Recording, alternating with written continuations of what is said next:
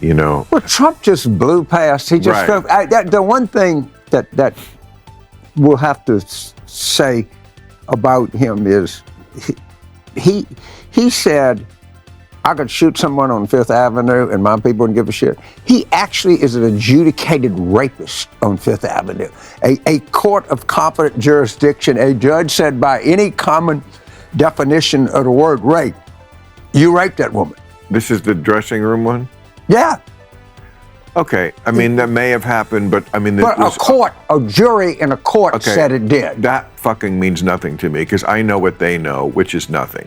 They know two people said two different things about something that happened in the 90s, and of which there's no witnesses or tape. But you know so what? I can't, look, I hate Donald Trump as much as anybody, but I can't say for sure I just know that. Just because 9 people said they think that, I can't. First of all, but yes, they had more evidence. In other words, did? Yes. So she told me this happened. What was the evidence? Other people that she told contemporaneous with it. Well, which you know, is whatever. A jury said that, that he you know did. What? You know more about this case than apparently I do, and maybe if I knew everything, I would be completely. I know that a jury. Yeah. I tend to have more faith in most people. In juries, I think most of them really try to weigh what's there, and I do know that a jury. But now I get too technical here, but by a preponderance of the evidence, right? It's a little bit of a different standard in a criminal case. It's beyond a reasonable doubt. I'm admitting I didn't know that there was like evidence. I just thought it was he said, she said. So, all right, everyone, buckle up, because pyrotechnics started as soon as James Carville and Bill Maher sat down. And trust me when I tell it didn't take long to remove the gloves. Carville made the bold claim that all racists seem to feel comfortable in Trump's tent, even though not all Trump followers are racists. That comment, they lit the fuse. After that, Carville lost his temper and attacked the GOP for becoming a circus of right-wing populism rather than a party of business conservatives. He said, "Look at Ron DeSantis. Take note of Vivek Ramaswamy. They are not running campaigns. They are attempting to pander to the most extremist fringe members by being more mad than Trump." But Maher also made sure the left-off didn't get away with it. He zoomed out and attacked the far left for its own brand of insanity, focusing on tribalism, cancel culture, and ideological purity that, let's face it, are starting to look a lot like the MAGA movement they claim to despise. The worst thing is that Maher and Carville both acknowledged the same awful truth. American politics is completely out of control. Republicans and Democrats aren't the only sides anymore. Republicans are seeing Democrats as more dangerous than Russia. Think about that for a second. It wasn't just any sit-down. It wasn't cooked. It was real. It was a brutal assessment of how blind allegiance to ideology is choking pragmatism, reason, and any opportunity for real discourse. Therefore, you shouldn't miss this chance. Click like and subscribe, and let's analyze everything together. Trump, you have to remember, he's stupid and crazy, and they're two completely different things. And this is like the crazy part works for him because he's without a mechanism to edit or to pull back. So, you know, as my friend Jimmy always says, insanity photographs. You can't take your eyes off him. Obviously, whenever they put him on TV, the ratings go through the roof. And that's why insane people are charismatic. You can't look away. So when he does all this, I mean, not just sexual stuff, but certainly the sexual stuff, it's like, I'm going to own. No one else in the world would even think of this as a strategy. And he has no strategy. It's just what he feels. He's all id. But to own that, to own being this kind of guy, and half the country likes it. Or at least it's not a deal breaker because they feel like it's honest. At least he's honest. He says what he thinks. Yeah. He doesn't have to. And the thing really like is he tells you it's okay if you hate other people. And he validates what that guy says. I like because he says what I think. Well, he plays on the fact that his people think that your people hate them and look down on them and see them as deplorables. I mean, I think they take... Do you know, there's some truth to that. Oh, there's a lot of truth to it. And I'm as good a Democrat Yes, as you the next are. person. But you hear this shit, so I don't know if we ever talked about this before. Their latest sit-down wasn't just two guys complaining about politics. More than just two men griping about politics, their most recent disagreement served as a sobering reminder of how pervasive tribalism is in America. Maher and Carville weren't holding back. The message was clear: civil conversation, a meaning-based conflict, practically extinct. Not just your voting patterns, but your entire social credit score now reflects your political identification. If you even slightly deviate from the party line, you run the risk of being disowned, cancelled, or worse. Politics is no longer about persuasion, and Maher, who has earned a life by criticizing radicals on both sides, was right on the money. It's related to posture. To see who can be the most upright, the loudest, or the purest is an awkward moral competition. The left has rigorous standards for ideological purity. Right-wing nationalism is heart-pounding. The same destructive energy, but in a different form. Carville wasn't holding back either. Americans care more about passing purity tests than passing actual policy, he said simply. Furthermore, media websites that capitalize on indignation are making people more angry rather than smarter.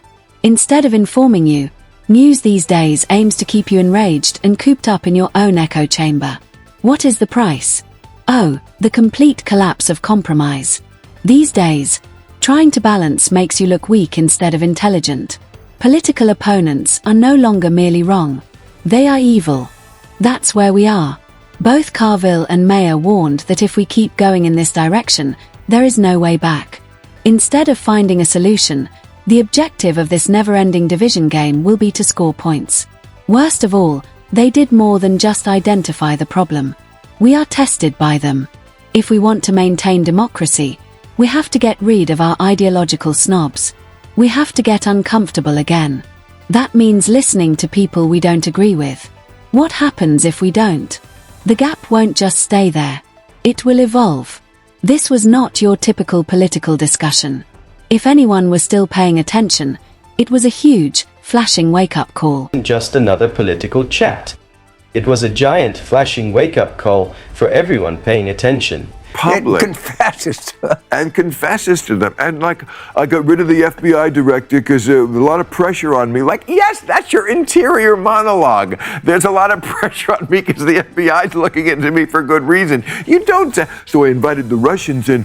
I mean, like, it's so beyond it. This is not the Russian ambassador showing him top secret shit. He was showing the guy at Bedminster, look at these. But I mean, he does one a day, or he did when he was president, like something that only a nut would do. It's amazing to me that we lived through those 4 years, because when I look back on it, and of course the Trump people say, oh, you know, you have Trump derangement syndrome, and yeah, he blew up the world, right, Bill? I don't think, you know, you're right, he didn't blow up the world. I still think he could, okay? Is that completely crazy that I think a crazy person could blow up the world? No. The shit that he did is like stunning. I'm saying, no. The documents case, if you stop and you think about it, like one time, I could read 1,000 tweets that are just insane that just went by. I remember there was one that said he was mad at China, and he said, I hereby, like he's the king, I hereby order all American companies to immediately, you know, work on a plan to change your, he was like ordering them to get out of China. I hereby order. And again, that's just insane that nobody else would even think to do that. But he doesn't think. That's his insanity and his attraction to people. Let me ask you a question.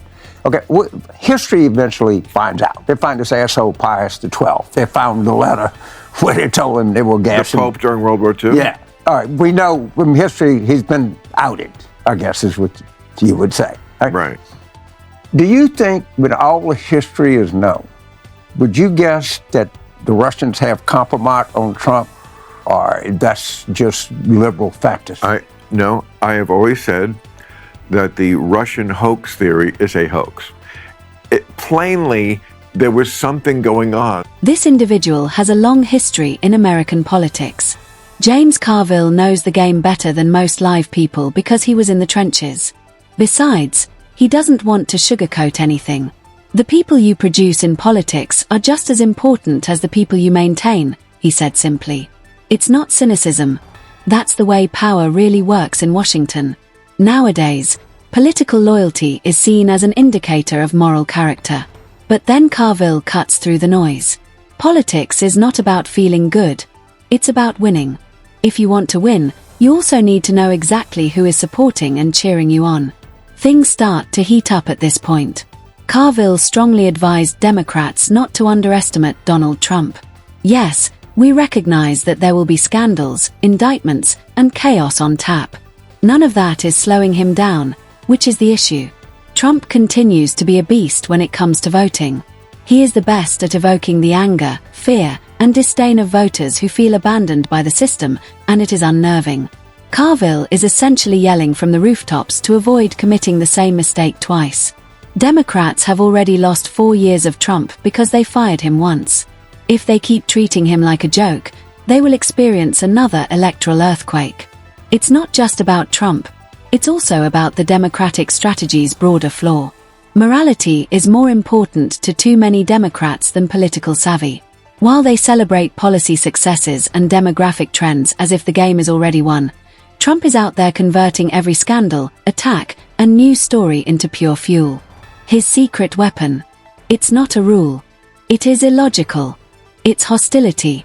As proof that he is the only one defending his followers, he points to his detractors, including the left, the media, and even the GOP establishment. For this reason, no matter how wild things get, his fans stick with him, ride or die. Carville delivers a clear, even prescient, message. Winning is war, not a battle of morality. Trump is not invincible, but if Democrats keep underestimating him, they will be in for another anxious election night. To survive in today's highly politicized environment, you must understand your enemies. Carville is not just offering advice. He is waving a large red warning flag. Ignoring it puts you at risk.